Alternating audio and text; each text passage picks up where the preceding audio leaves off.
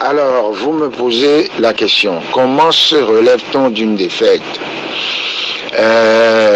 D'abord, d'une manière générale, quand vous allez à une élection, vous gagnez ou vous échouez.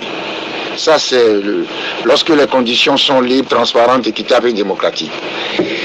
Mais d'abord, nous savons tous que les conditions ici ne sont pas libres, équitables, transparentes et démocratiques. Nous avons tout mis en œuvre pour qu'elles le soient, mais nous n'avons pas eu gain de cause.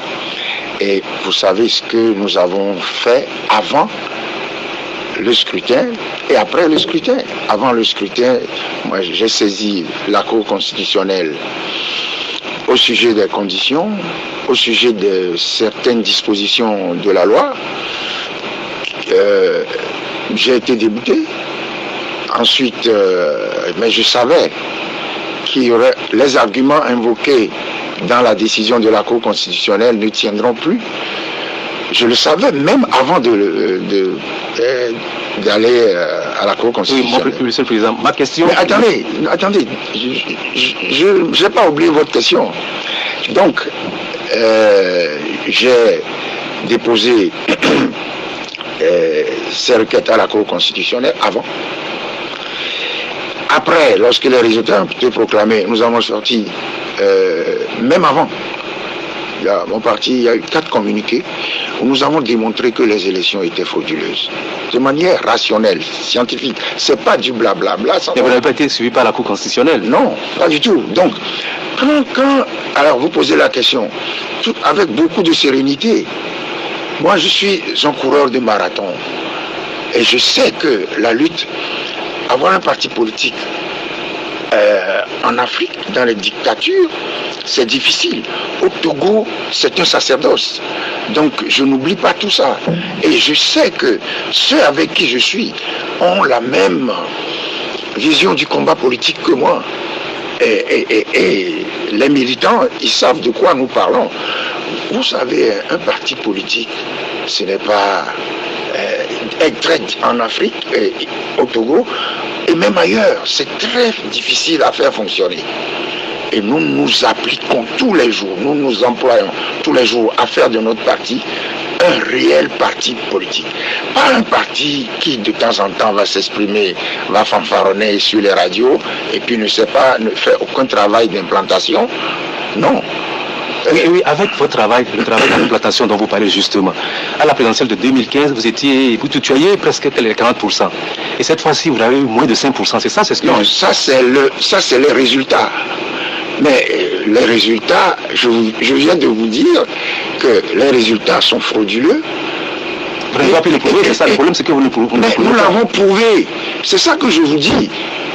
Nous l'avons prouvé de manière scientifique. Ça, c'est vous qui le dites. Ah oui, non. La Cour constitutionnelle ne vous a pas suivi. Non, la Cour constitutionnelle, écoutez, vous savez, ça c'est le fonctionnement des institutions.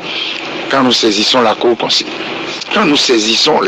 constitutionnelle au Togo, c'est pour nous donner les moyens de saisir la Cour de justice de la CEDEAO.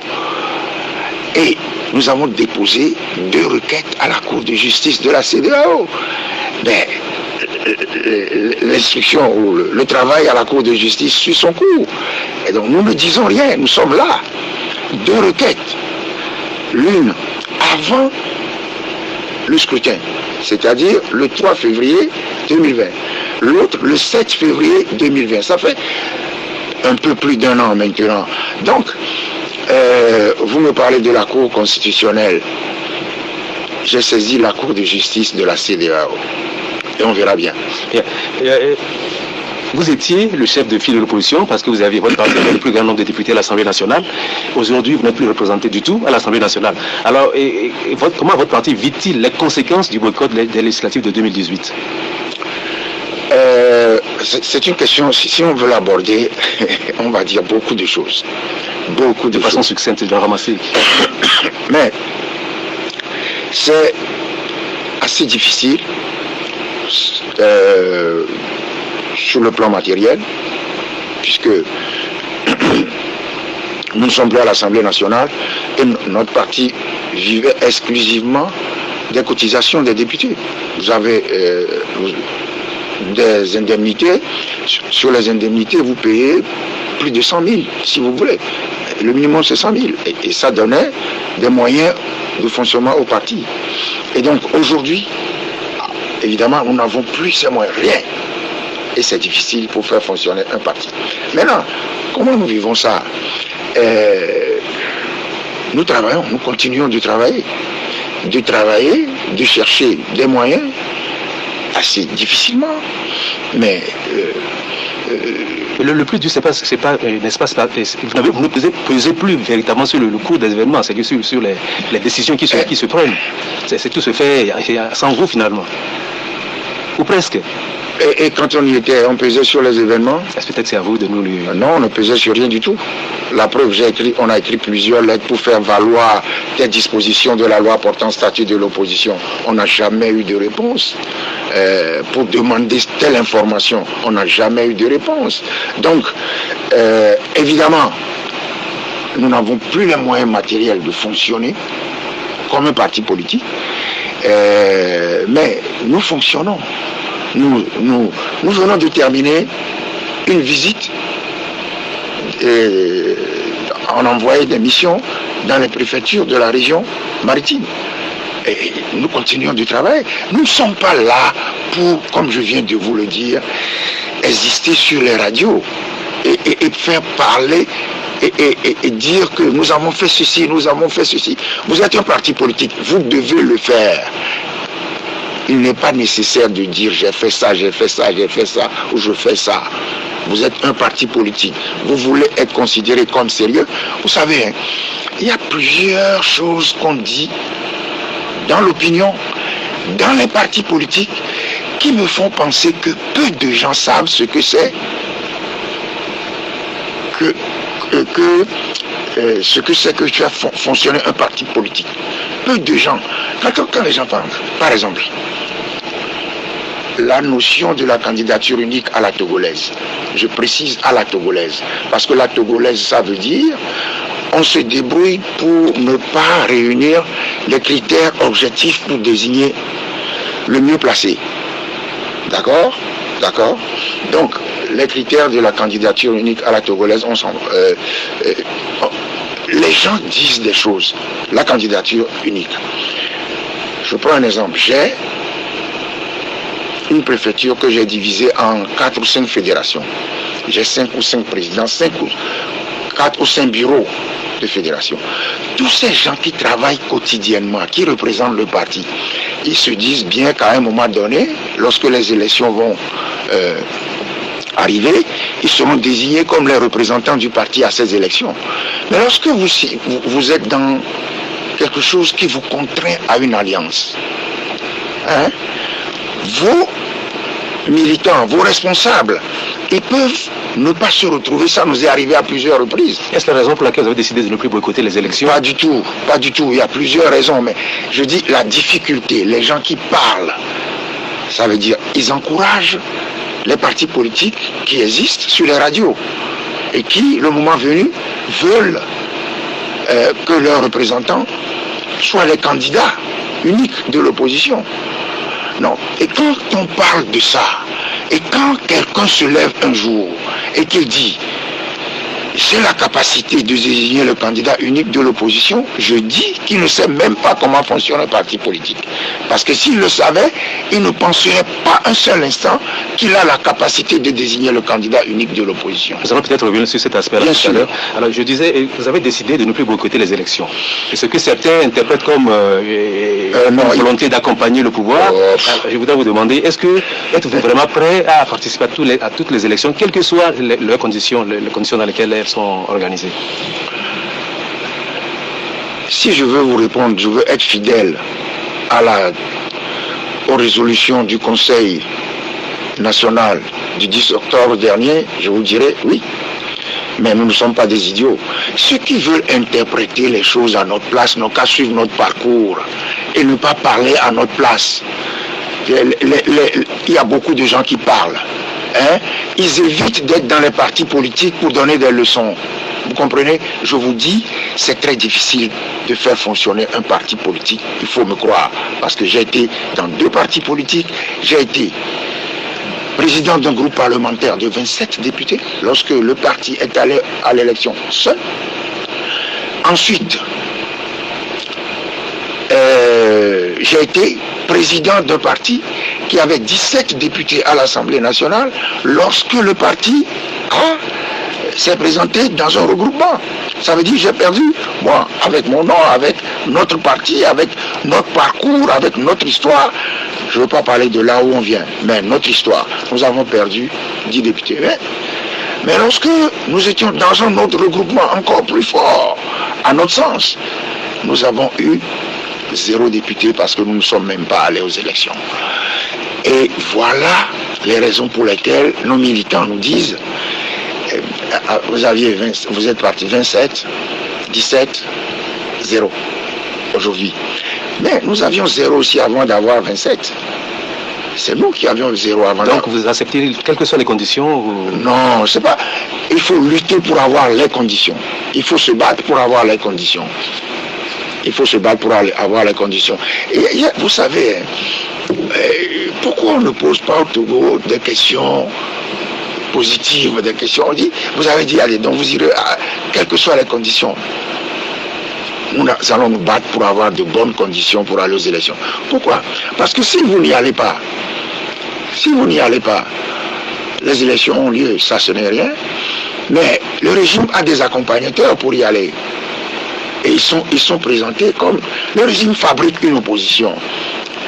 Vous voyez la structuration de la CENI par exemple. On dit opposition ceci, opposition extra-parlementaire. Celui-ci représente ceci.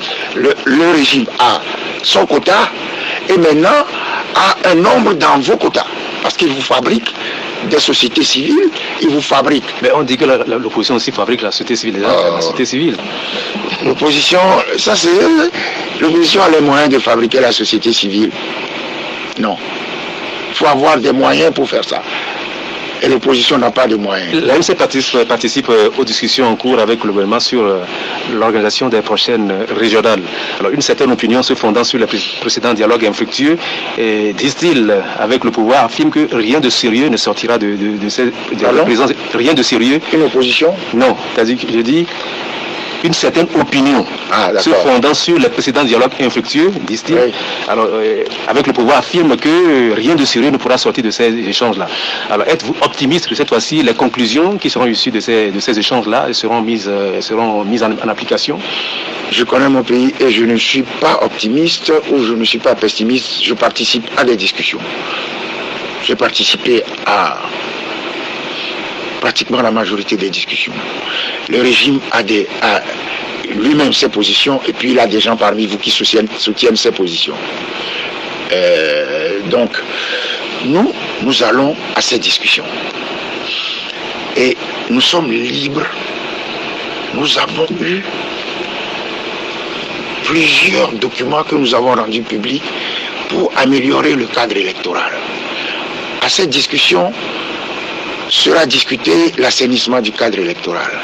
Nous avons notre idée pour avoir un fichier électoral sérieux, fiable, pour avoir une CENI représentative, paritaire à notre sens, etc., etc. Pourquoi nous priverons-nous de la possibilité d'aller exposer pour une fois que... Il vous était arrivé dans le passé de le faire. Excusez-moi, mais je sais mieux que vous comment, dans quelles conditions nous avons participé à ces discussions. Je ne dis pas que nous allons donner la lumière, mais nous avons au moins aujourd'hui l'avantage de nous retrouver tout seuls, libres de tout engagement au sein d'un groupe. Parce que vous savez, au sein d'un groupe, vous faites la synthèse de vos positions et vous choisissez vos positions. On peut laisser de côté certaines de vos idées que vous trouvez bonnes. Pensez-vous que seule l'ANC peut faire véritablement face à unir aujourd'hui? Non, pas seul. Mais au moins, nous dirons notre position. Après en avoir discuté librement avec les collègues qui sont d'une opposition sérieuse et responsable. Oui, qui décide qu'une position est sérieuse et responsable? C'est nous. Ah. C'est moi qui décide, c'est nous, l'ANC qui décidons si une opposition est sérieuse et responsable. Mais je crois que, est-ce qu'on peut nous dénier ce droit? C'est non. Si nous avons des gens qui disent qu'ils sont de l'opposition, supposons par exemple, c'est arrivé, il y a une opposition et opposition. Il y a des gens qui font la navette entre le pouvoir et l'opposition, au gré de leur intérêt, qui après avoir vécu des délices de la dictature, trouvent qu'il est mieux d'être opposant. Et vous voulez que moi, je les considère comme opposition sérieuse et responsable, après tous les sacrifices que nous avons consentis pour être là? Accepteriez-vous que les autres partis de l'opposition, alors vous qualifiez l'ANC d'une opposition pas sérieuse et irresponsable? Ça vous... Moi, c'est pas une affaire de... C'est à l'opinion de savoir qui est sérieux, c'est pas à moi.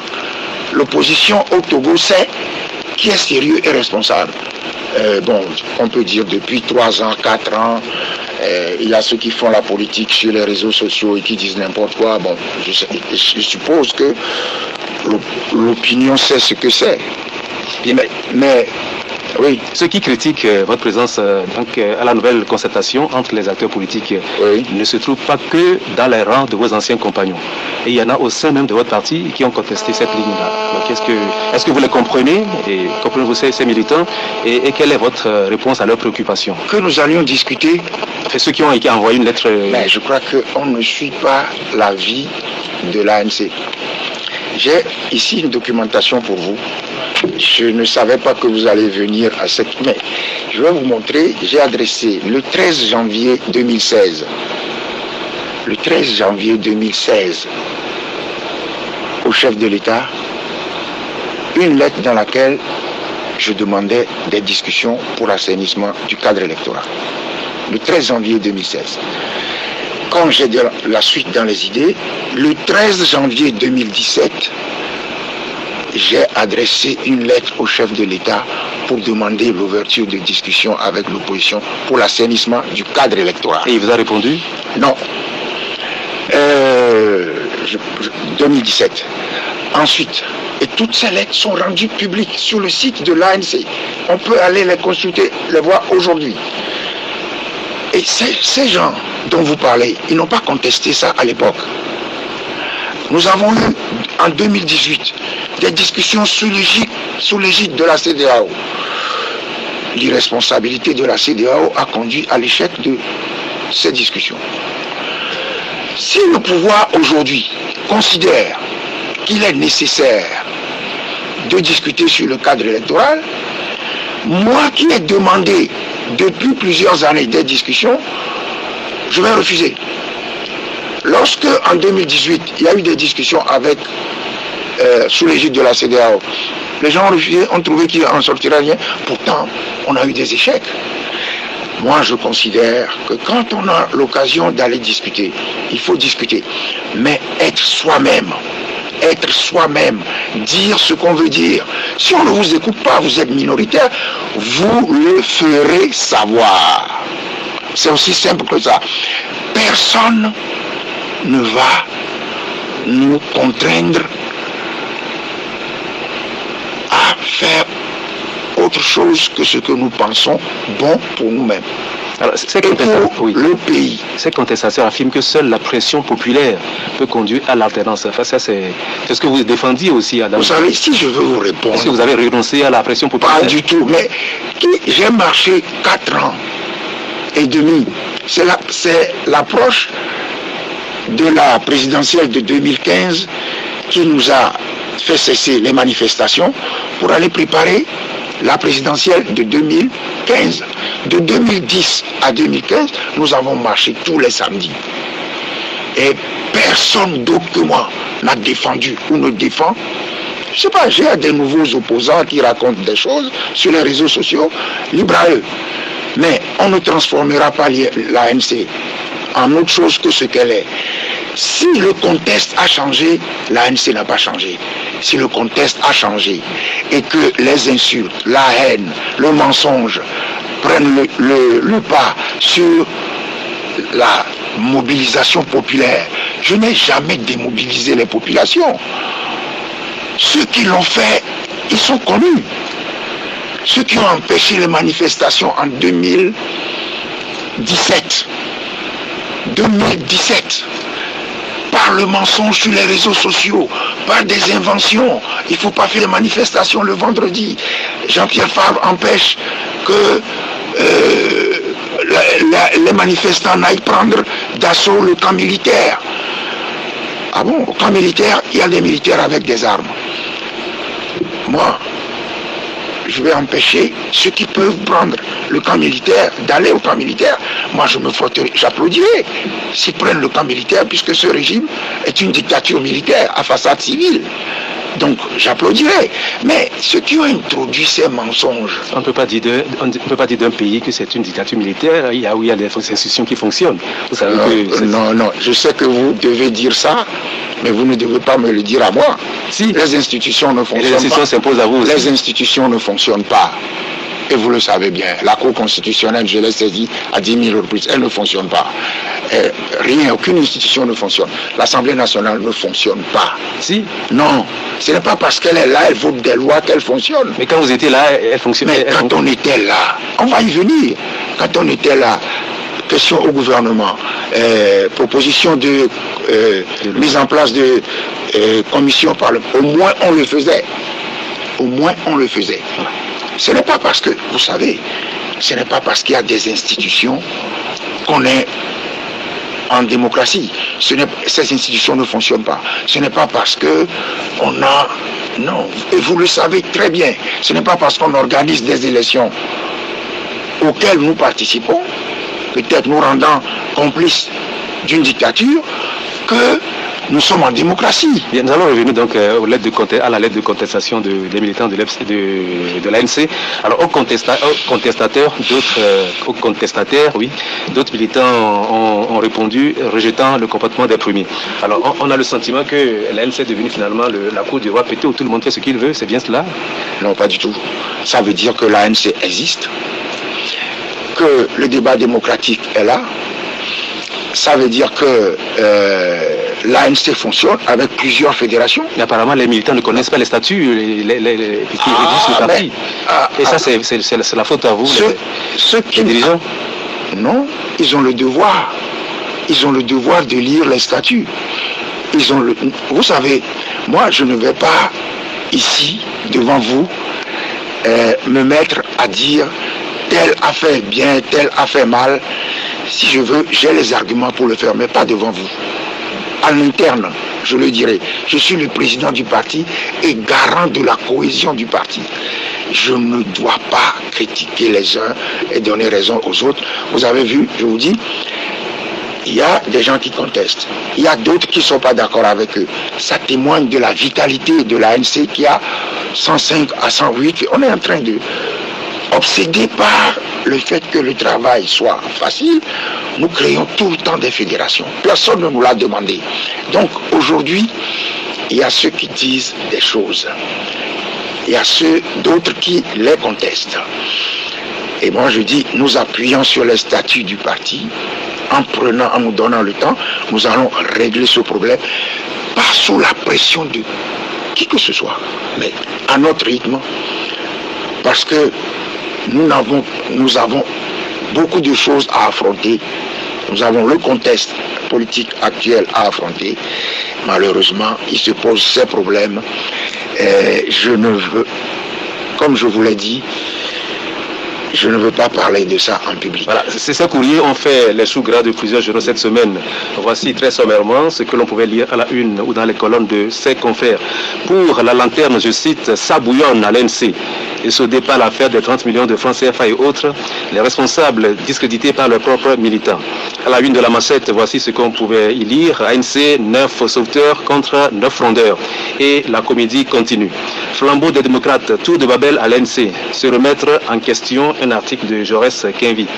Faisant le constat de ce qu'il appelle une mésentente entre les fédérations internationales et le bureau national de l'ANC, Ouattara, les vainqueurs, pose la question suivante. Jean-Pierre Fabre réussira-t-il à resserrer les rangs des militants? Enfin, des gardiens se font d'une interrogation. Jean-Pierre Fabre est frappé par le syndrome Gilles-Christ Olympio. Une dernière question avant de passer à autre chose, Monsieur le Président. Je vous refile la question. Vous n'avez quand même pas, je vais au moins dire une phrase. Je vous refile la question posée par le gardien. Jean-Pierre Fabre frappé par le syndrome Gilles-Christ Olympio. Je ne sais pas ce que ça veut dire. Oui, ça veut dire qu'il y a des contestations qui risquent de faire exploser l'ANC. On verra bien. Vous savez, j'ai toujours l'habitude de dire, pourquoi prévoir ce qui ne va pas se passer ou faire le malin en voulant dire des choses qui ne vont pas se passer. Je ne veux pas dire des choses parce que j'ai appris à être sage. Je ne veux pas dire des choses. Ceux qui écrivent, vous croyez que ce sont nos amis? Non, ce ne sont pas nos amis, ce sont des gens qui ont laissé des situations se créer alors qu'ils auraient pu donner des avis objectifs. Vous savez, un de nos problèmes, c'est chacun donne des leçons à l'autre, en oubliant les difficultés qu'il y a à faire fonctionner un parti. Chacun donne des leçons à l'autre, chacun a un poulain. Et chacun veut dézinguer un candidat potentiel qui n'est pas le sien, qui est affublé de tous les défauts. On écrit beaucoup de choses. Vous savez, j'ai dirigé 2 journaux dans ma vie, dans une vie antérieure. Je ne me suis jamais amusé à diffamer, à calomnier, comme c'est aujourd'hui l'habitude. Donc, je ne trouve pas normal que les journaux quand même s'interrogent un peu sur ce qui se passe par rapport à ce courrier-là que... Non, ils s'interrogent, oui. Sur ce ton moqueur ou des choses, le syndrome Gilles-Christ, je ne sais pas ce que c'est. Moi, nous, on était dans un parti. Le président du parti a décidé d'aller signer un accord sans nous prévenir et nous sommes partis. C'est aussi simple que ça. Il n'y a pas de syndrome ou de pas syndrome. Il y a simplement un parti, l'organe de décision, c'est le bureau national. Si le président fait autre chose sans l'accord du bureau national, ben, il met le parti en danger et nous avons utilisé notre droit d'aller créer un autre parti. Et ça déplaît énormément. Ça déplaît. Nous essayons d'être honnêtes. Je dis ceci. Toute tentative de déstabilisation d'un parti sérieux, rigoureux, intègre, va se heurter, fracasser sur le roc de l'intégrité morale. Parce que, contrairement à ce que les gens pensent, je dis, la morale a sa place en politique. Les gens pensent que la fin justifie les moyens, on peut mentir, on peut faire ce qu'on veut. Vous mentirez, peut-être, mais ça ne durera pas. Vos mensonges vous rattraperont. Mais le problème, c'est que tout le monde accuse l'autre de mentir et finalement, on est un peu perdu dans ce... Non. Il vous suffit, vous-même, il suffit à l'opinion de savoir faire la part des choses et de regarder. Et il ne faut pas dire que tout le monde accuse tout le monde. J'ai lu dans une interview, je pense, peut-être c'est une interview du père Affoyon où il fait appel au bon sens des Togolais. Le père Affoyon, dépassé par les mensonges, il dit, ben quand même, l'opinion n'a qu'à faire preuve de bon sens. C'est ça. Moi, je ne veux pas appeler l'opinion à faire preuve de bon sens, parce que l'opinion elle-même dépassée par les mensonges. Si vous voulez me faire dire certaines choses, je vous dirai, lorsque la stratégie du mensonge est portée par quelqu'un, Je vais vous poser une question.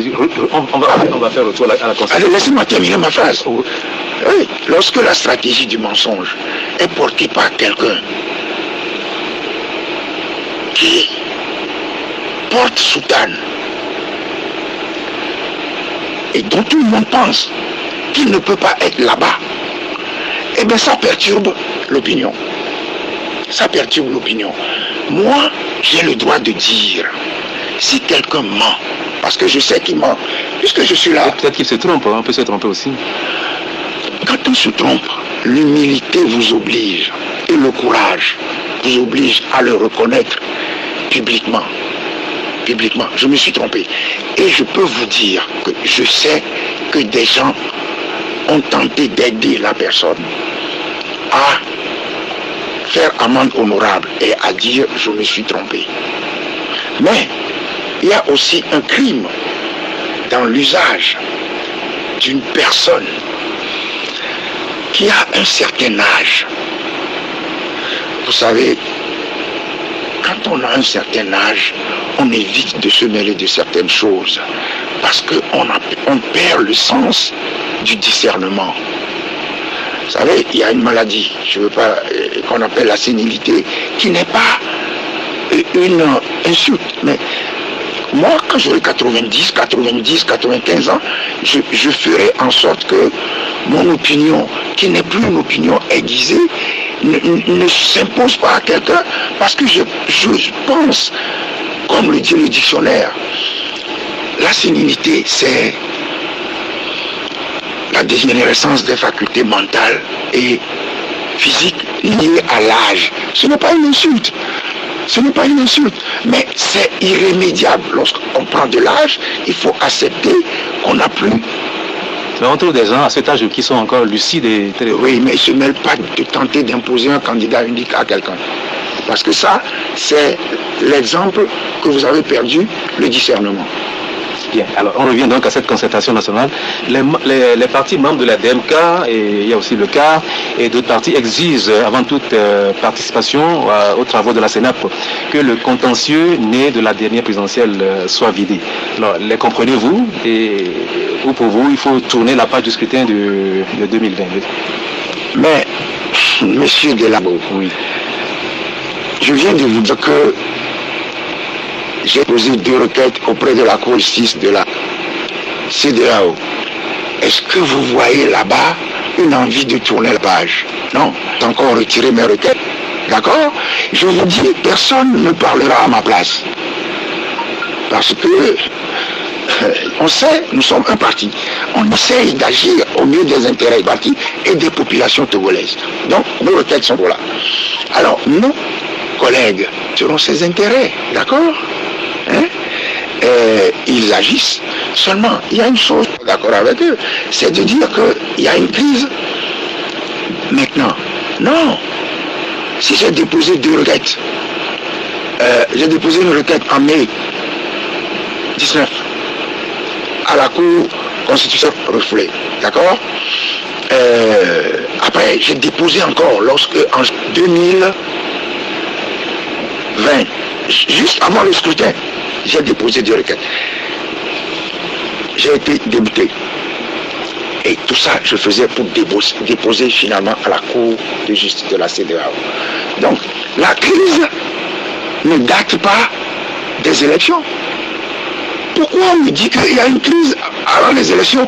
Pourquoi moi je déposais des requêtes à la Cour constitutionnelle? Est-ce que nous sommes allés, est venu diriger des discussions ici sur l'échec de la crise entraîne la continuation, l'échec du dialogue entraîne la continuation de la crise.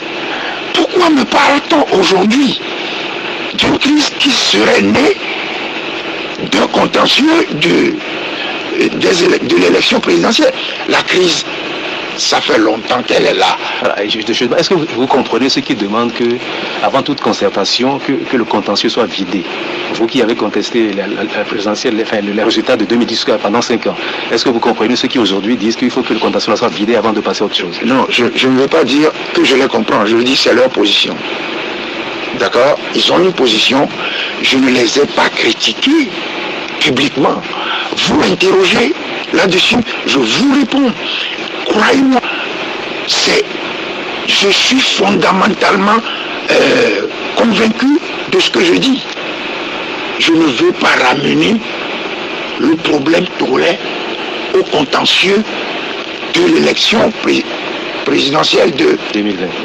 Je ne veux pas ramener la crise togolaise qui date depuis longtemps à ça.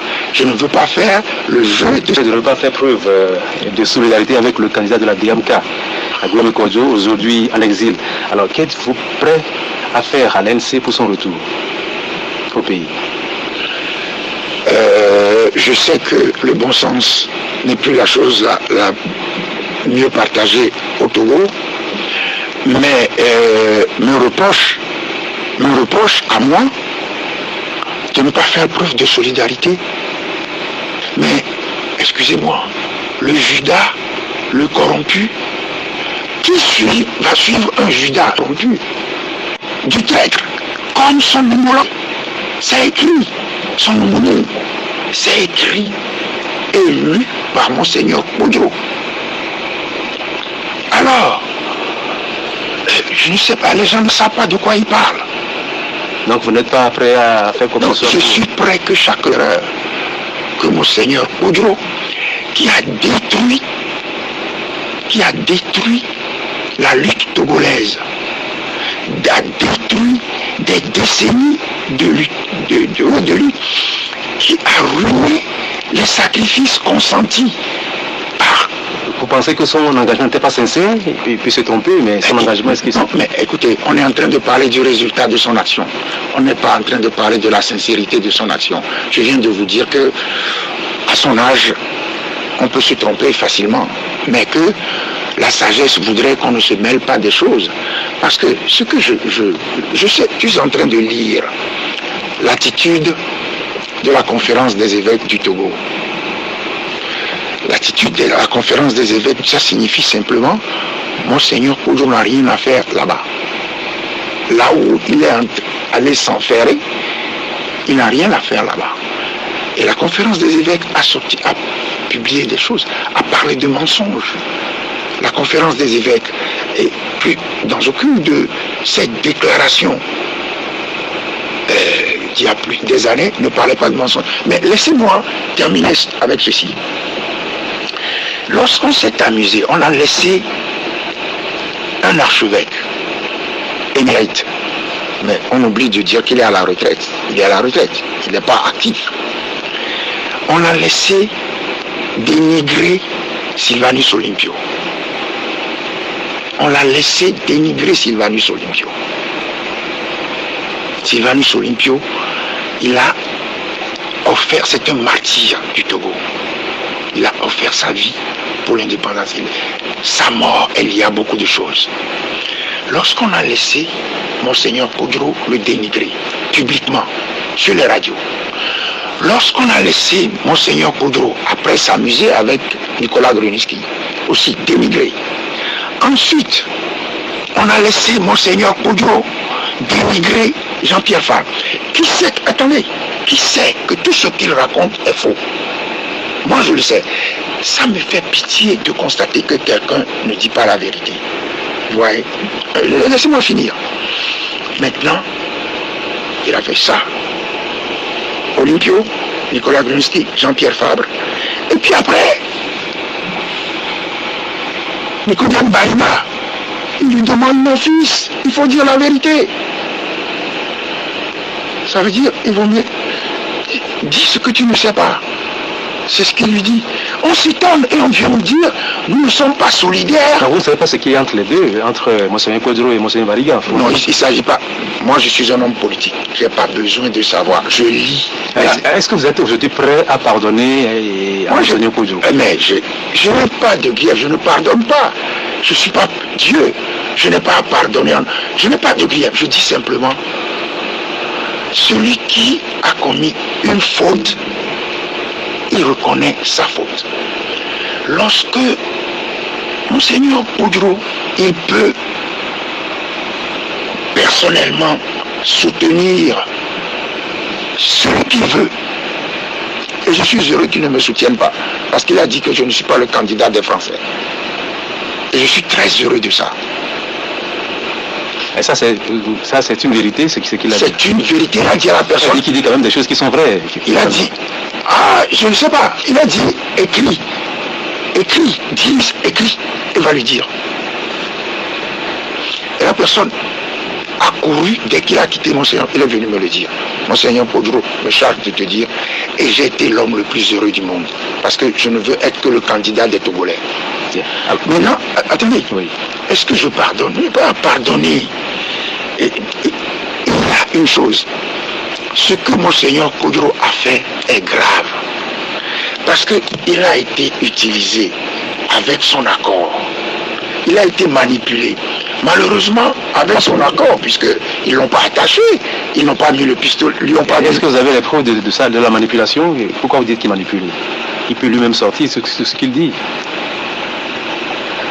Monseigneur Kodro, écoutez, Monseigneur Kodro, un archevêque ne peut pas faire preuve de vulgarité. Quand il parle de Diakbata et toutes ces choses, vous pensez que c'est lui qui dit ça? Vous pensez, Monseigneur Kodro, en tant que prêtre, ne peut pas dire tu finiras pendu comme ton homonyme Judas. Est-ce que lui, un responsable religieux, il peut le dire? Moi, je peux le dire, mais je ne peux pas le dire en tant que chrétien. Mais je n'ai pas de charge comme Monseigneur. Je ne représente pas une communauté religieuse. Mais lui, il l'a dit. Il ne peut pas le dire. Bien, on va avancer. Lors des municipales de... Non, attendez, oui. Vous dites que fait plus de solidarité. Oui, j'ai répondu que quand quelqu'un, il vous dénigre parce que c'est lui qui organise ça. Il vous dénigre. Puis après, il vient vous dire soutenez-moi. Mais il aurait dû penser qu'il a blessé les gens et que la première chose, c'est de reconnaître ses erreurs. Je lui ai dit, monsieur, vous n'êtes pas candidat unique de l'opposition. Là, vous parlez de monsieur Aboueme Kodjo. Oui, je lui ai dit, vous n'êtes pas cessé de dire que vous êtes avant le scrutin. Quand il m'a quitté, est-ce que j'ai dit en présence de Kodar Gamessou, vous ne pouvez pas dire que vous êtes candidat unique de l'opposition. Parce que candidat de l'opposition même, c'est problème. Mais unique, c'est très grave. Ça veut dire que nous, on n'est pas de l'opposition. D'accord? Quand il m'a quitté, il a pris un communiqué dans lequel qu'il a signé candidat unique avec majuscule. Ce n'était plus minuscule, candidat unique de l'opposition. Et après, il dit que moi, qui suis un traître, un corrompu, qui a pris 30 millions, toutes ces choses sont organisées. Vous savez, les gens croient qu'ils sont malins. UNIR organise des choses. Et les gens qui pensent que l'opposition aujourd'hui, c'est dénigrer les autres. Ce n'est pas se préoccuper de UNIR. C'est dénigrer les autres. Pour les faire détester par l'opinion. Quand on aura fini tout ça, je crois qu'il faut que l'opinion... Ce sont des accusations que les partis, que vous lancez les uns les autres. Excusez-moi, ça n'est arrivé qu'à partir de 2017-2018. Excusez-moi, ça fait un moment que je suis dans l'opposition. Je ne m'occupe jamais de mon voisin. Comme je ne m'occupe jamais de la feuille de mon voisin quand j'étais élève. D'accord? Donc, ces choses, c'est la mode aujourd'hui. Donc, quand je m'interroge, je vous dis, le contexte a changé. Ce n'est pas l'AMC qui a changé. L'AMC est restée fidèle à elle-même.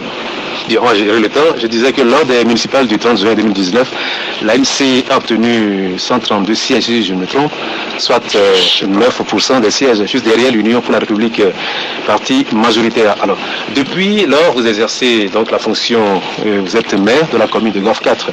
Alors, monsieur le maire, comment vivez-vous cette expérience? C'est une expérience d'abord exaltante. Les électeurs m'ont fait confiance, donc ça témoigne d'une certaine confiance que les gens ont en mes capacités de gestion d'une commune. Et je les en remercie. Expérience captivante qui n'a rien à voir avec le rôle d'un député d'opposition à l'Assemblée nationale. À l'Assemblée nationale, vous votez les lois et vous contrôlez l'action du gouvernement. Si vous êtes de l'opposition, personne ne vous écoute. Donc, votre action, bon. Mais là, aujourd'hui, je dirige un exécutif municipal. Ça veut dire une partie du bien-être des populations de ma commune dépend de moi. Et donc je dois me montrer à la hauteur. Et qu'est-ce que vous avez fait jusqu'à présent? Est-ce que vous avez ce que vous avez déjà fait et qui augure d'un avenir? Mais si vous m'avez laissé terminer, vous aurez vu que je vous aurais parlé des moyens. Vous aurez parlé des moyens. D'abord, qu'est-ce qu'il faut faire? D'abord, il faut savoir ce qu'il faut faire avant de savoir ce que vous avez fait, avant de savoir ce qu'on va faire. Ce qu'on fait.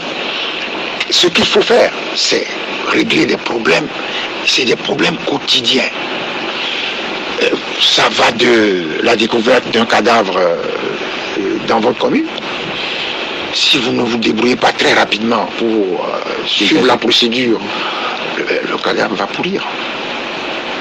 Vous voyez, les caniveaux, les latrines publiques,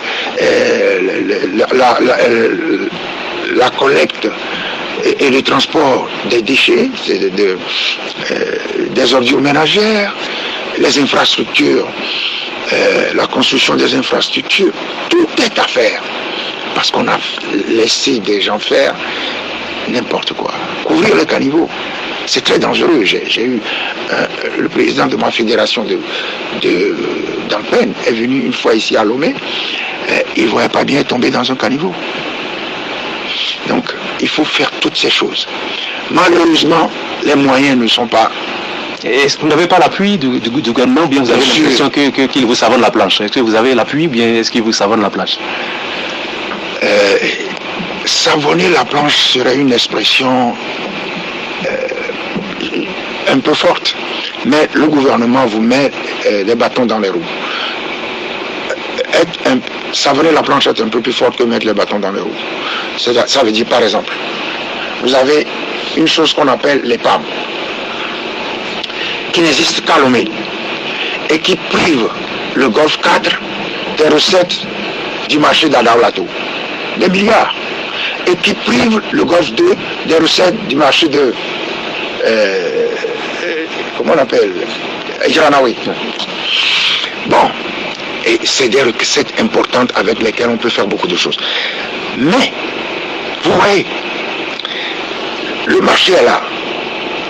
Tout autour, il y a des caniveaux, il y a des rues qui relèvent de nous, qui relèvent de la commune.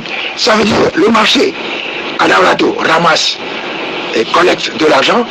Mais nous collectons de l'argent ailleurs pour venir réparer les caniveaux tout autour du marché. Ça n'a aucun sens. Mais c'est la loi, c'est la loi, une loi, c'est même pas une loi, hein, la création de l'EPAM. Moi je vous dis, vous entendrez parler de nous avec l'EPAM. Nous ne comptons pas nous laisser faire avec l'EPAM qui est une création. Tout à l'heure je vous disais que nous sommes en dictature. Hein? Voilà un exemple.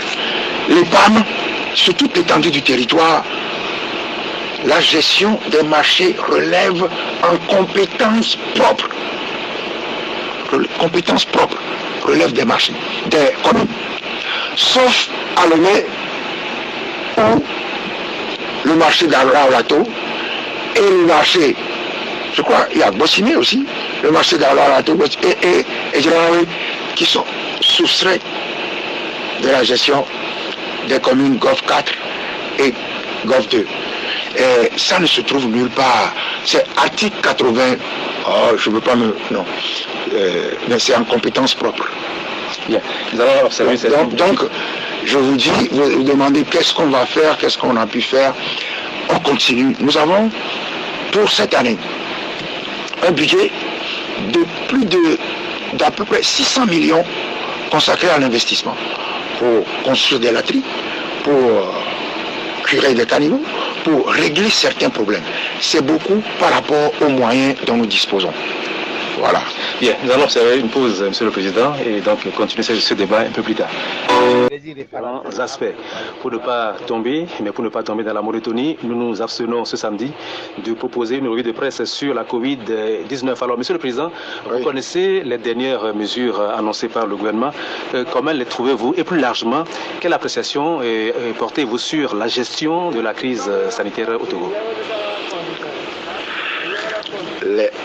L'appréciation des dernières mesures, on est retourné aux mesures du début qu'on a renforcé un peu.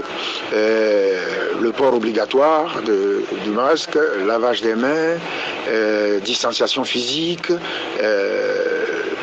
ça c'est la base. Maintenant, rassemblement on a interdit les rassemblements de plus de 50 personnes, etc. On n'aurait pas dû baisser la garde. C'était visible à un moment donné qu'on a baissé la garde. Et c'est ça qui a entraîné la flambée de la contamination. C'était voir à la plage. C'était difficile de supporter le nombre de personnes qui étaient à la plage le dimanche, collées les unes aux autres. J'ai même eu à toucher un mot au préfet à l'époque. J'ai eu à discuter avec la responsable sanitaire de Golfe 4, etc. On est retourné à la rigueur du début, c'est une bonne chose. Maintenant, il faut accentuer la vaccination. C'est ça que le gouvernement s'apprête à faire. Et je souhaite que ça ne soit pas perçu comme une obligation ou des contraintes, mais que les gens comprennent que c'est une réalité effrayante et qu'il faut se protéger et protéger les autres. Nous qui en sommes guéris, je crois que ce n'est pas obligation morale que j'ai informé de ma guérison et que j'ai demandé que les gens, les populations aillent se faire vacciner. Et j'insiste là-dessus. Il y a eu une multiplication aujourd'hui des points de vaccination, des centres de vaccination. Il y en a partout. C'est une bonne chose. Il faut aller se faire vacciner pour créer les conditions de l'immunité collective qui empêche le développement de la pandémie et sa disparition à terme. Vous avez donc dit publiquement que vous avez contacté le virus. Alors pourquoi avoir choisi de faire part de cette histoire-là à la population? Parce qu'on sait que beaucoup d'autres personnalités certainement ont eu ce mal-là, mais ils n'ont rien dit. Pourquoi vous avez choisi de le dire? Bon, ça dépend de chacun. Mais moi, j'ai pensé que c'était un devoir pour moi d'informer la population parce que beaucoup pensent que ça n'existe pas. Et donc, moi qui ai contracté la maladie, en prenant toutes les précautions possibles, j'ai voulu dire que il faut prendre les précautions, continuer de prendre les précautions et se faire vacciner. Ça n'est pas une volonté de jouer les vedettes. Moi, ça n'est pas dans ma nature de jouer les vedettes. Voilà, et Monsieur le Président, une autre personnalité assez connue dans le microcosme politique togolais, le président des FDR, Maître Apevon, a aussi vécu la douloureuse expérience de la maladie au coronavirus. Il a, comme vous, eu le courage de le clamer haut et fort. Alors, certains vous ont fait le reproche d'avoir partagé votre expérience avec l'ensemble des Togolais. Il y en a même qui disent que vous et Maître Apevon, vous êtes mis au service du gouvernement. Visiblement, votre démarche n'a pas été bien comprise par ces personnes. je suis persuadé que c'est une petite minorité et qui de toute façon va me critiquer. Elle ne trouvera jamais quelque chose de positif dans ce que je fais. C'est ce que j'ai dit tout à l'heure. L'opposition aujourd'hui consiste à flinguer Kofi, à flinguer Kodjo au lieu de s'occuper de Fort. C'est le problème du Togo, c'est le contexte. Et donc, il faut qu'on mette fin à cela. Mais ça ne me fait ni chaud ni froid. J'ai appris que Maître Apévon, après moi, je lui ai fait un petit message et il m'a répondu très gentiment. Et donc... Voilà, j'ai eu un communiqué par WhatsApp, je ne sais pas si c'est réel. Le ministre du Tourisme aurait demandé aux responsables des hôtels d'obliger tous les personnels des hôtels à se faire vacciner. Et sinon, il demande qu'ils soient mis en congé, s'ils refusaient de les mettre en congé technique. Qu'est-ce que vous pensez de cette façon de procéder? C'est presque qu'on oblige finalement les gens à se... Je crois qu'il faut inciter, faire une campagne de sensibilisation, expliquer. Lorsqu'on arrive à inciter, à obliger une catégorie socio-professionnelle ou les membres d'un personnel, on donne l'impression de faire de la discrimination. Et d'ailleurs, ça, c'est pas compréhensible. Donc, il ne faut pas obliger. Et pourquoi le gouvernement n'oblige pas? Je suppose que le gouvernement a compris qu'il ne peut pas obliger. Et c'est la raison pour laquelle le gouvernement se fait beaucoup de sensibilisation, etc. Bon, j'ai répondu à votre question concernant, comme d'habitude, Fabre, il aime beaucoup l'argent. Il est allé demander à la population qu'il aime, à toutes les populations, je les aime beaucoup. C'est pour ça que je leur demande d'échapper aux conséquences de la maladie. C'est tout. Je n'ai pas besoin d'argent. Je suis déjà complètement satisfait d'avoir appeler les populations, et je répète aujourd'hui qu'il faut aller se faire vacciner. Et vous-même, vous êtes fait déjà vacciner? Je me suis fait vacciner. Alors, nous allons maintenant aborder certains sujets en débat au sein de la population depuis un moment. Nous allons commencer par la hausse des tarifs aux postes de péage et l'entrée en vigueur de la taxe sur les véhicules à moteur sur lesquels la NC Visma était à tonne. Alors, quelle est votre position sur ces sujets? C'est-à-dire que à tonne, il faut aussi perdre, c'est quelque chose qui est arrivé tout récemment. On parle de tout très rapidement sans se renseigner, sans savoir de quoi on parle, sans examiner les contours des choses. Donc on n'est pas à tonne. On dit simplement, personne n'est contre des taxes, la participation des populations au financement de ceci ou de cela. Les taxes sont faites pour ça. Mais nous sommes contre la brutalité de ces mesures. Sans explication, sans sensibilisation, sans mettre les populations à contribution. Il ne faut pas que les gens aient l'impression que aujourd'hui on leur dit de payer ceci. Surtout que il y a des scandales financiers à répétition dans la presse, n'est-ce pas? Il y a, vous savez, le faire, le savoir. On est parti du faire au savoir, sans faire le point, sans expliquer ce que sont devenus les sous. On a dissous, on a créé. Toutes ces choses qui laissent aux populations le sentiment que on leur demande de contribuer sans explication, on les pressure, ça n'est pas une bonne chose. Le processus de décision doit être participatif. Oui, le ministre Trimois, porte-parole du gouvernement, avait dit que les syndicats avaient été consultés avant, donc que c'est... Et les syndicats étaient d'accord? Et visiblement, c'est ce qu'il disait. Non, je crois qu'il faut expliquer, Bien, alors nous allons parler maintenant de l'affaire Bolloré. Là aussi, on ne nous a pas entendu. Est-ce que vous avez un mot sur l'affaire Bolloré? Mais je ne comprends pas très bien quand vous dites on ne vous a pas entendu. Est-ce que c'est tout le temps qu'il faut qu'on se fasse entendre? Je suppose que les populations comprennent très bien ce qui se passe. Quand nous parlions de Bolloré, personne ne parlait.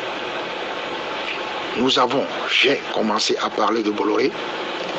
Je vous ai dit que j'ai une documentation, je vais vous la laisser. C'est sur notre site, le site de l'ANC. En 2016, dans le cadre de l'affaire Servère Togo, ça va être long à expliquer ici, nous avons écrit au Premier ministre pour demander la copie du contrat de concession de S3M Bolloré Africa Logistique. C'était pour faire quoi? 2016. C'est sur notre site. 2018. L'affaire Bolloré a éclaté. On dit que Bolloré est poursuivi en France pour corruption d'argent public étranger. Corruption d'argent public étranger, c'est-à-dire, on dit, la justice française dit, Bolloré a corrompu les chefs d'État de Guinée et du Togo, donc Faure Gnassingbé. Il a financé leur campagne, une partie de leur campagne, contre l'obtention de la gestion des infrastructures portuaires de Conakry et de Lomé. Point. Qu'est-ce que nous avons fait? Nous étions à l'Assemblée nationale. J'ai les copies des lettres ici pour deux actions. Première action, affaire Bolloré, question d'actualité au gouvernement par la députée Amédranvi Manavi Isabelle. Affaire Bolloré, proposition de résolution tenant à la création d'une commission d'enquête parlementaire déposée sur les bureaux de l'Assemblée nationale en 2018. Ceux qui nous reprochent de nos terres aujourd'hui, ils étaient où? Ceux pour qui on nous insulte aujourd'hui, ils étaient avec M. Faure Gnassingbé. Ceux au profit de qui on nous salit aujourd'hui, ils étaient avec M. Faure Gnassingbé. Alors qu'on ne nous raconte pas n'importe quoi. Donc ça, voilà ce que nous avons fait en 2018. Cette année, l'affaire rebondit. On dit, Bolloré accepte d'avoir corrompu. Bolloré dit, j'accepte d'avoir corrompu le chef d'État.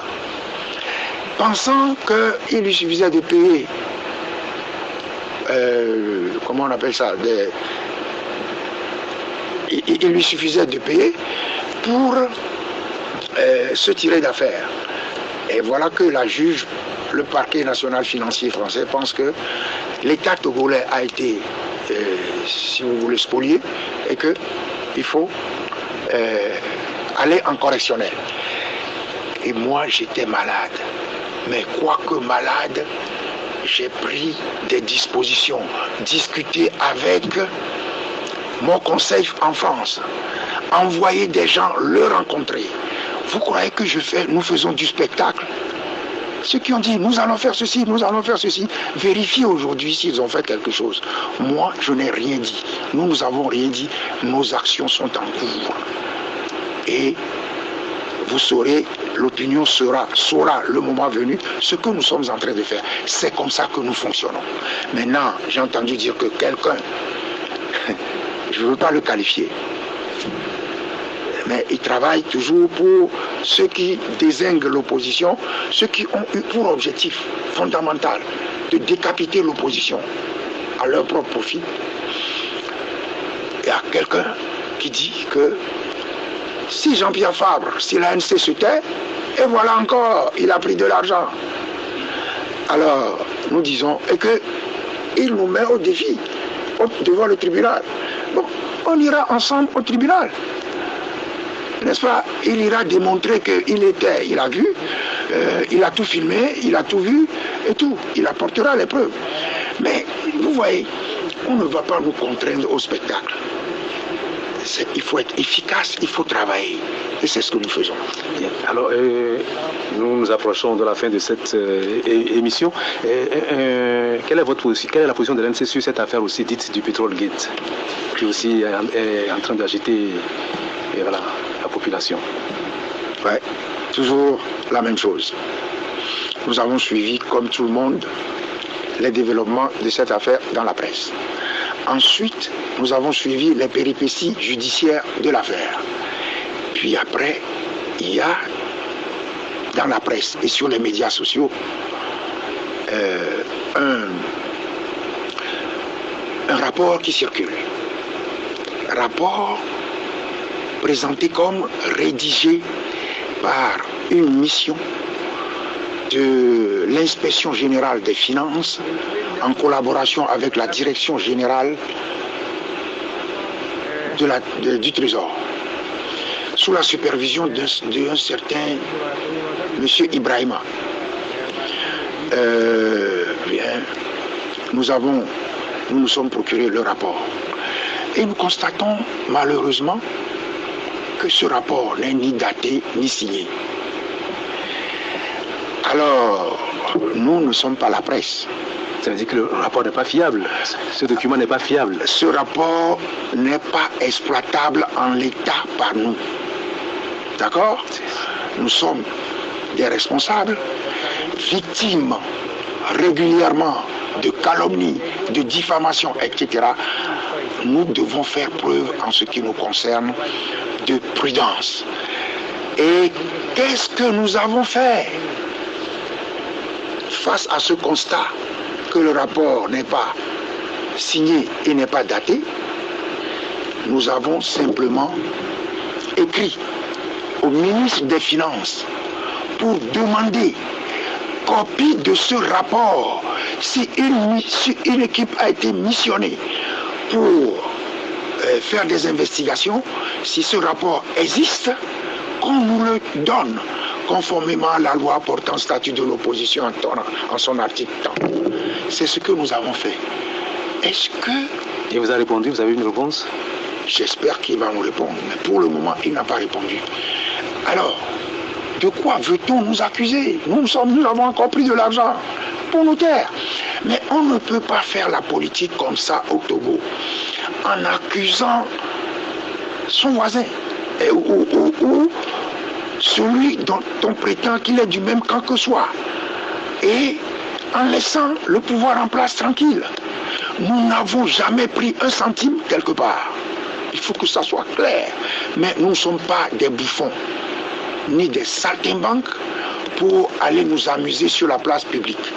Nous prenons très au sérieux notre rôle de parti politique d'opposition et nous voulons être compris.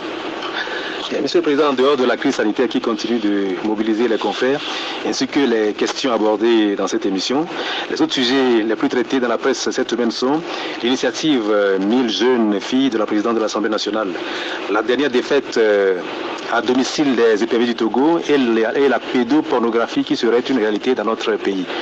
Un commentaire sur l'un de ces sujets? Tous ces sujets sont intéressants et font preuve d'une préoccupation de ma part. Mais pour prendre deux sujets. D'abord, je vais prendre le sport.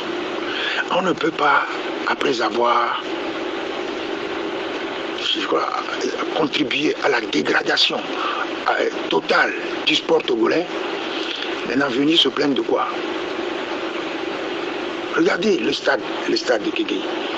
Ça ne ressemble pas à un stade, n'est-ce pas? Et regardez, moi quand j'étais à l'école primaire, quand nous étions au collège, il y avait des matchs interscolaires. C'est là où c'est le vivier pour les équipes nationales. Moi-même, au collège Saint-Joseph, j'ai fait beaucoup de sport. Et après, j'ai joué dans l'équipe nationale de volleyball, 16, 17, 18 ans. Dans l'équipe nationale à 16 ans. Je sais ce que c'est que de défendre les couleurs de son pays. Oui. Donc, le sport, on l'a détruit. Quand on l'a détruit, on ne va pas chercher un magicien blanc. Comment est-ce que le sport a été détruit? Mais d'abord, le fait, vous voyez, il y avait des équipes. Vous voulez me faire dire des choses, hein? On ne partira pas d'ici aujourd'hui. Il y avait des équipes qui étaient financées par le citoyen qui aime son équipe. Les gens contribuaient. On les a détruits. Partie unique. Lomé 1, Lomé 2, Lomé 3, etc. Après, ça n'a pas marché parce qu'on ne va pas demander à quelqu'un qui n'aime pas une équipe de soutenir cette équipe. Après, on est revenu à Asfosa, à Gaza, nanana. Même chose. Ce quartier c'est Asfosa, ce quartier c'est à Gaza. Bon, vous êtes donc d'office membre d'une équipe. Bon, après on est revenu. Lorsqu'on a tout détruit, Étoile Finlandre, on a déjà tout détruit. On a supprimé le sport scolaire. Et tout ça. Et on veut obtenir quoi? Tout ça, c'est des choses que moi, je suis un sportif.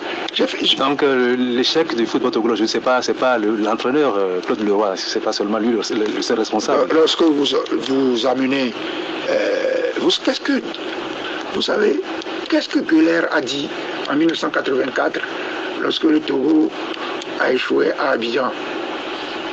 Il a dit, vous me donnez des moutons et vous voulez que je les transforme en chevaux de course. Guler était l'entraîneur en 1970 de l'équipe nationale de football du Togo, à l'époque où ils sont allés battre le Ghana, éliminer le prestigieux Ghana au Ghana. Donc, le sport, on l'a détruit avec le parti unique. Et le parti unique, il est toujours là. Et qu'est-ce que vous faites aujourd'hui pour que ça redémarre? Il faut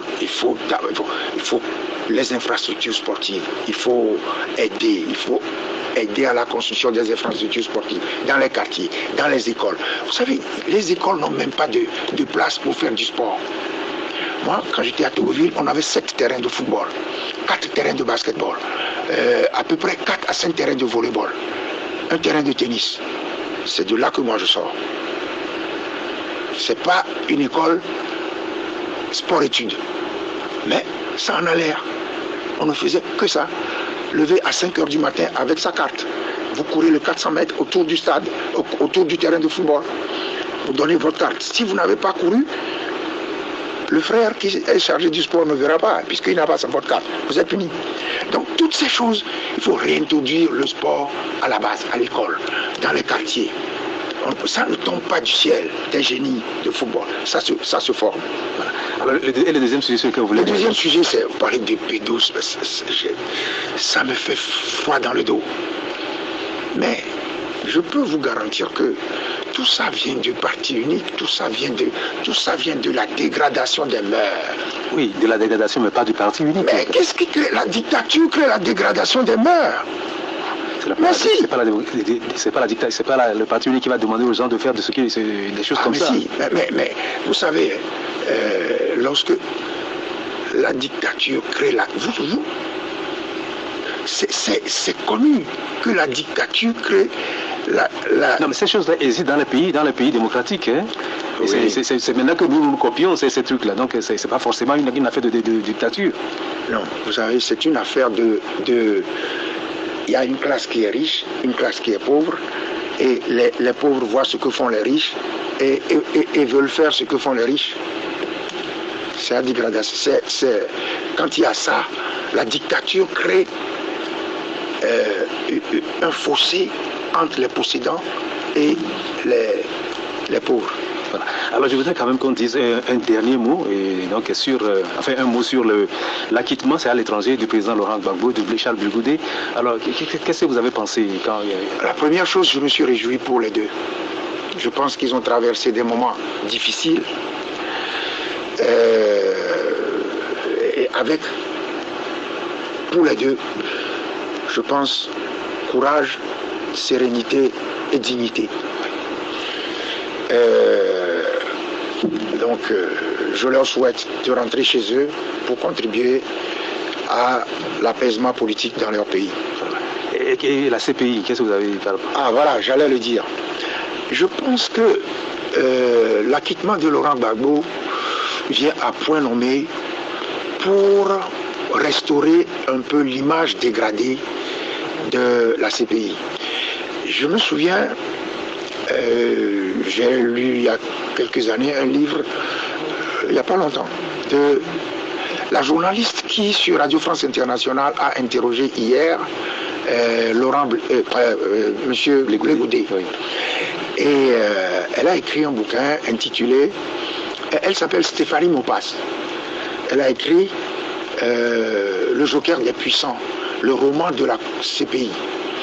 Et dans laquelle elle dit que la CPI est un instrument utilisé par les puissants pour régler certains problèmes. Aujourd'hui, le caractère méticuleux de l'instruction, la confirmation du verdict en appel